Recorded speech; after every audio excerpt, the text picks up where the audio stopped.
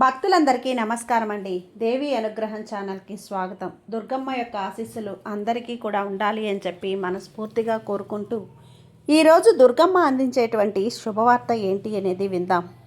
బిడ్డ, ఒక్కసారి నా ముక్కు పుడక తాకు. ఈ శుభదినాన నా ముక్కు పుడక తాకిన నీకు నీ భవిష్యత్తు గురించిన శుభవార్తను అందిస్తాను. ఒక మంచి గుడ్ న్యూస్ అనేది నువ్వు వింటావు. తప్పకుండా ఈ దుర్గమ్మ సందేశం వింటావు కదా. ఈరోజైతే దుర్గమ్మ మన కోసం ఒక మంచి సందేశాన్ని అయితే తీసుకొచ్చేసారండి. ఈ శుభదినాన దుర్గమ్మ అందించేటువంటి సందేశం ఏంటి అంటే, ఇక కొబ్బరికాయను తాకిన నీకు నా బిడ్డవైన నీ మనసు నాకు తెలుసమ్మా.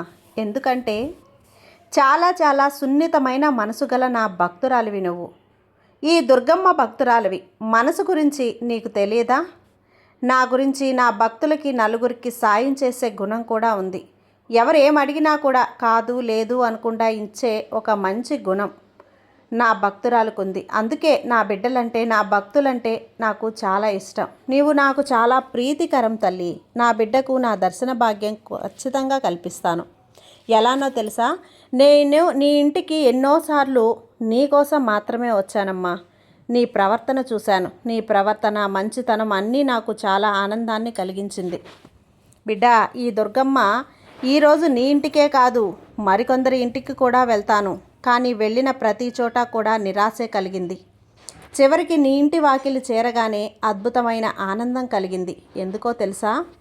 ఎందుకంటే కాదు అనకుండా నా ఆకలి తీర్చావు కాబట్టి. అలాంటి నీకు ఒక మాట చెప్పాలని ఈరోజు స్వయంగా నా భక్తుడవైన, నా భక్తురాలవైన, నా బిడ్డవైన నీతో మాట్లాడాలని ఈ శుభదినాన వచ్చాను. కాదు అనకుండా ఈ దుర్గమ్మ మాటల మీద నమ్మకంతో ఈ చిన్న పని చెయ్యి. ఎల్లవేళలా నన్ను మొక్కడం, ఆరాధించడం మానొద్దు. నువ్వు మానవు కూడా. ఎందుకంటే నువ్వు ఈ దుర్గమ్మ అంటే నీకు ఎంతో ప్రీతి. నాకు తెలుసు తల్లి. ఎంతో గౌరవం, ఎంతో భక్తి. నీ ఇంట్లో ఒక మనిషిగా, ఒక తల్లిలా నాకు స్థానం ఇచ్చి నన్ను కొలుస్తున్నావు. నీ జీవితం మంచిగా మారుస్తాను. ఒక్క విషయం అడగాలి బిడ్డ. నిన్ను ఎలాంటి అంటే, నేను నీ ఇంటికి వచ్చినప్పుడు నీ మనసు ఎంతో దిగులు పడి ఉంది. నీ ముఖంలో జీవం లేకుండా ఉన్నావు, దిగులుగా ఉన్నావు. ఎందుకమ్మా? ఎందుకు అంత విచారణ? ఎందుకు అంత దిగులు పడుతున్నావు చెప్పు. అలా దిగులు పడితే నీకు దిగులంతా, కష్టమంతా తీరిపోతుందా? తిండి తిప్పలు మానేసి ముఖం నల్లగా పెట్టుకొని చేసుకొని ఉంటే, దిగులుగా కూర్చొని ఉంటే నీ కష్టం అంతా తీరిపోతుందా చెప్పు. నీ సమస్య, నీ కష్టం పోతాయా? పోవు కదా. ఎలా పోగొట్టుకోవాలో తెలుసుకో. అంతేకాని నిరుత్సాహపడితే ఏదీ కూడా అవ్వదు. కాబట్టి దేనికి భయపడకు. నీ సమస్య తీరే సమయం అనేది ఆసన్నమైంది. ఈరోజు ఈ దుర్గమ్మ చెప్పినట్లు నా ముక్కు పుడక తాకావు కదా, నీకు అందులో ఉన్నటువంటి ఆ దగదగా మెరిసే రాళ్ల వలె స్వచ్ఛమైన మనసు కలదానివి నీవు. అలా మంచి శుభవార్త కూడా అందిస్తుంది. ఈ ముక్కు పుడక ఎంత పవిత్రంగా ఉంటుందో నీ మనసు కూడా అంత పవిత్రం తల్లి. ఈ ముక్కు పుడక తాకిన నీకు ఒక శుభ సంకేతం కూడా నీకు అందిస్తానమ్మా. నీకు మంచి శుభవార్త కూడా అందిస్తాను. ఈ ముక్కు పుడక తాకిన నీకు అందులో ఉన్న స్వచ్ఛమైన రత్నాల వలె, ముత్యాల వలె, మేనిమి బంగారం వలె నీ మనసు మంచిగా ఉంటుంది. అలాంటి నీకు కష్టాలు రానిస్తానా చెప్పు. నన్నే నమ్ముకొని ఉన్నావు కదా. అలాగే నన్నే నమ్ముకొని నా మీద బాధ్యతలు మోపావు. వాటిని నేను ఖచ్చితంగా కూడా మోస్తాను. నిన్ను వెంటాడుతున్న సమస్యలను తొలగిస్తాను. కొద్దిగా ఓపికగా మాత్రం ఉండు చాలు. నీ జీవితంలో ఒక మంచి మార్పు రాబోతుంది. ఏ పని చేసినా సరే అందులో ఒక మంచి గెలుపు అందుకుంటావు. నీ యొక్క జీవితం అనేది మంచిగా ఉంటుంది తల్లి. నీ జీవితంలో నీ కుటుంబం అంతా కూడా బాగుంటుంది. అలాగే నీ జీవితం సంతోషమయమై నీ కుటుంబంతో ఆనందంగా నువ్వు ఇంద్రకీలాద్రికి అంటే నేనుండే స్థానానికి వస్తావు. నన్ను దర్శించుకుంటావు. నా గుడిలో నువ్వు సేద తీరుతావు.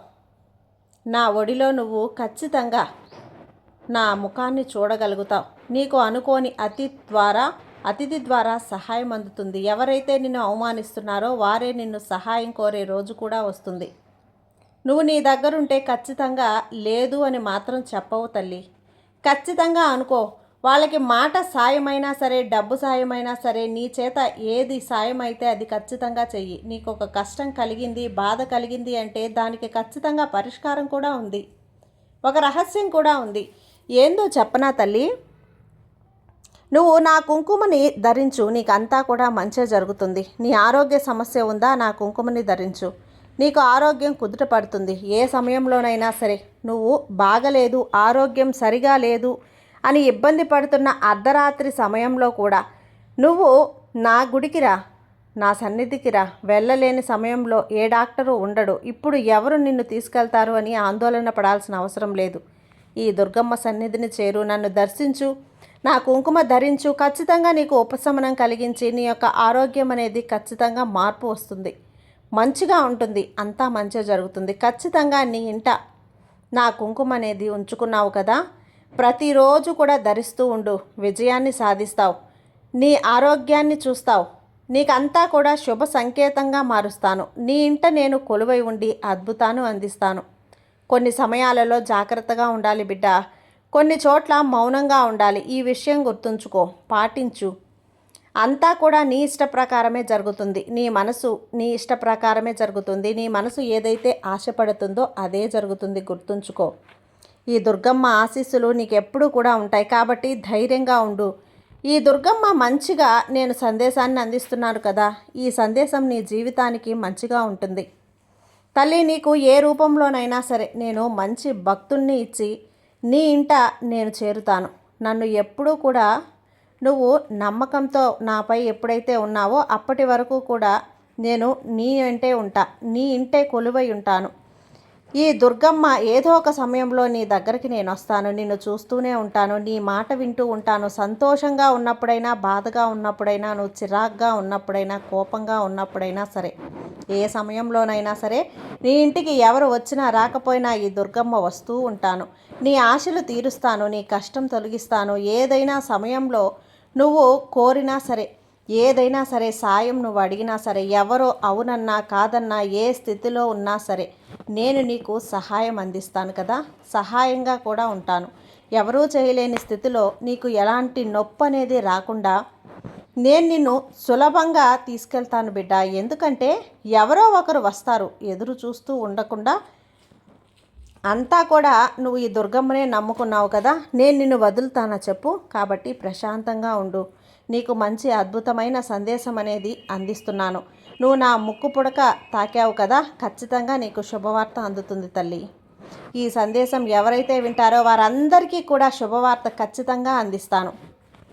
ఈ దుర్గమ్మ ఆశీస్సులు ఎప్పుడూ కూడా ఏ రూపంలోనైనా సరే మా భక్తులకి, మా భక్తుల ఇంటికి ఈ దుర్గమ్మ తప్పకుండా వస్తాను.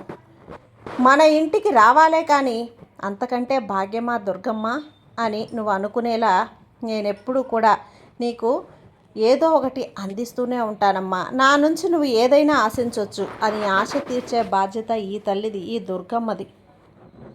అనుకోని సమయంలో నీ ఇంటికి ఎవరు వచ్చినా సరే అది ఆశగా, ఆనందంగా స్వాగతించాలి. ఎందుకంటే ఈరోజు సాక్షాత్ అతిథి రూపంలో, ఎక్కడో ఒక రూపంలోనైనా సరే దుర్గమ్మని నేను వస్తున్నాను. ఈ శుభదినాన నీ ఇంటికి నేను వస్తున్నాను బిడ్డ. నువ్వు అడిగింది, నేను అడిగింది చేయలేని స్థితిలో సున్నితంగా వాళ్ళని నొప్పించకుండా చెప్పగలిగితే చాలు. ఎందుకంటే ఏదో ఒక రూపంలో దుర్గమ్మ అనేది ఒక భిక్షగత్తె రూపంలోనో, లేదంటే ఒక ముత్తైదు రూపంలోనో, చిన్నపిల్లల రూపంలోనో, ఎవరో ఒకరి రూపంలో నీకైతే దర్శనమిస్తా. నన్ను కనిపెట్టి ఆహ్వానించు. చేదరించుకోకుండా, కాదు కూడదు అనకుండా నన్ను నీ ఇంట్లోకి ఆహ్వానించు బిడ్డ.